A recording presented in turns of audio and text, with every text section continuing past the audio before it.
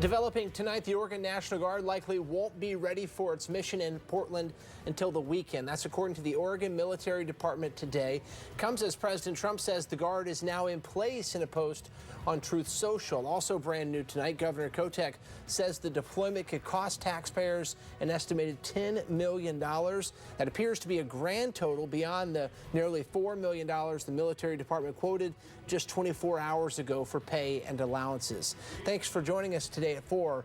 I'm Mike Azaway. And I'm Deborah Knapp. KATU's on your side tracking this timeline really closely. Today we have new information on what it takes to mobilize these soldiers and airmen, plus new comments from President Trump and Oregon's Attorney General as the state tries to stop this from even happening. KATU's Tanvi Verma joins us from the ICE facility in South Portland. Tanvi, what is it looking like right now? Deb, I'd rather show you than just tell you. Let's start with the corner of Moody and Bancroft. You can see there's obviously television crews here, but behind them on the fence, there's messaging that says, "We got the guillotine."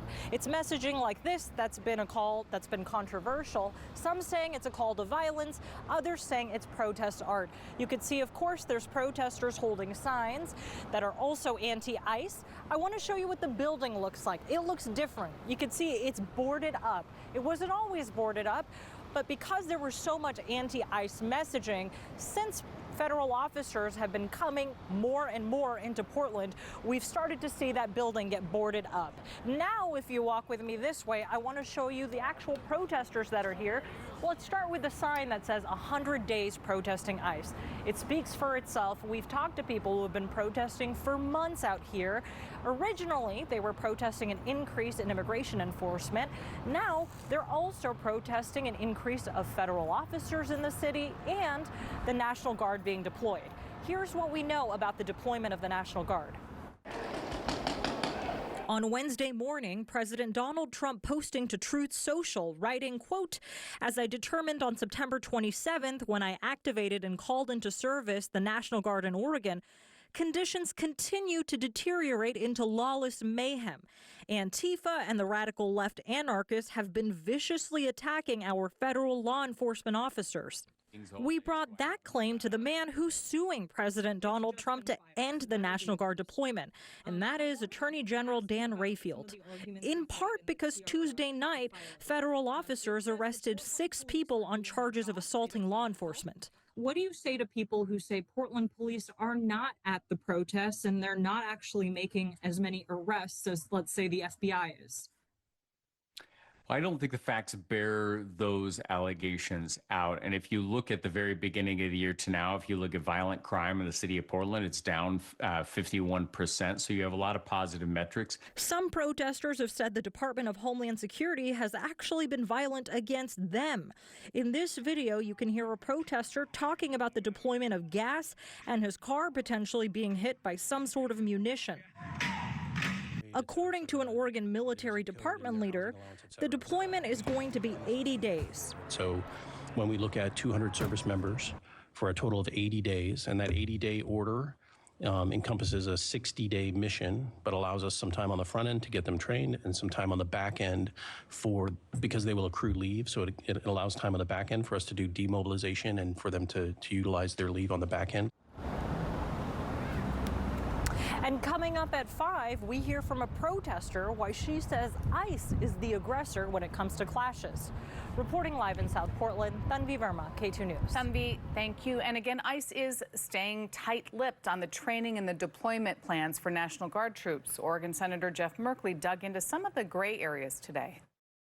Here is our understanding of the status of the troop deployments. 200 members of the Oregon National Guard have been federalized. They're going to go Camp Relia, Armed Forces Training Center in Warrenton for 3 to 5 days for training in crowd control, training the rules for the use of force before being deployed. We have conflicting reports about the length of deployment. The last one I heard was going 15 days to gear up and gear down and 45 days to be on mission. But other reports have it being a longer period. Senator Merkley confirmed troop commands will be coming from Colorado Springs. He says about 20 people could come to Oregon as part of the command structure, but says details are still vague. We're also taking a closer look at what National Guard members are being told about the mission. On Monday, the Adjutant General of the Oregon National Guard sent a letter to soldiers and airmen. He said the mission is straightforward: protect federal facilities and the federal employees working in them. He said members will answer to the federal government. He also said a federal deployment does not diminish their ongoing state mission to be ready in case of emergency or disaster. He also acknowledged there are some members who don't agree with the president's order, but that they took an oath to support and defend the Constitution and follow the orders of the president and the governor, saying, quote, that oath doesn't come with an asterisk that says only when I agree with the mission. We don't get to pick and choose. We execute lawful orders with professionalism and honor, period. Right now, Portland police are trying to identify this woman who they say assaulted somebody outside the ICE facility last night. Police say somebody reported the incident just before 8:45 and pointed out the suspect to a dialogue officer who can't do enforcement. They only serve as a liaison. That officer tried to talk to the suspect, but she left. Police did talk to the victim, and they're investigating. If you know anything about this case, contact Portland Police. Now let's take a look at the last 24 hours. ICE says federal officers arrested 6 people outside the facility last night. They're charged with assaulting law enforcement. KATU's Victor Park spent the evening monitoring the protest. He saw federal officers fire pepper balls from the roof of the ICE facility and patrol the streets outside. He saw several people clashing with federal agents and saw several protesters being carried away. Well, KATU has received a lot of questions about an increase in helicopters and planes flying over the ICE facility. So here's what we can confirm. The Port of Portland says it is aware of the higher volume of activity over South and Southwest Portland. It says it appears to be related to federal law enforcement or military activity, and it's out of their port's control. According to the FAA, there's a section of South Portland temporarily restricted airspace for special security reasons. So the zone is a nautical mile and covers the Markham Bridge to South Idaho Street from north to south, and the Markham nature area to Southeast 17th from east to west there. The restriction began September 17th and will run through October 17th. ICE has not shared if they are flying any helicopters. However, FBI Portland did confirm a Customs and Border Patrol helicopter was conducting law enforcement activity over Portland on Saturday. The U.S. Department of Justice has filed a lawsuit against 4 Metro County sheriffs and corrections departments in Oregon.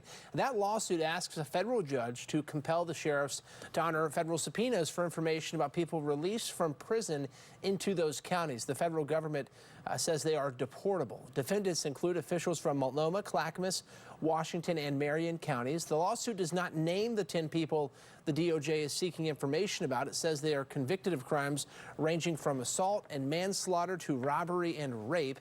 This appears to be the first lawsuit of its kind directly targeting county corrections and sheriffs. The DOJ has previously filed a number of lawsuits against sanctuary cities and states, including Oregon. The story is changing by the minute. KATU's on your side tracking those new developments. You can download the KATU News app, sign up for push alerts to get breaking updates right to your phone.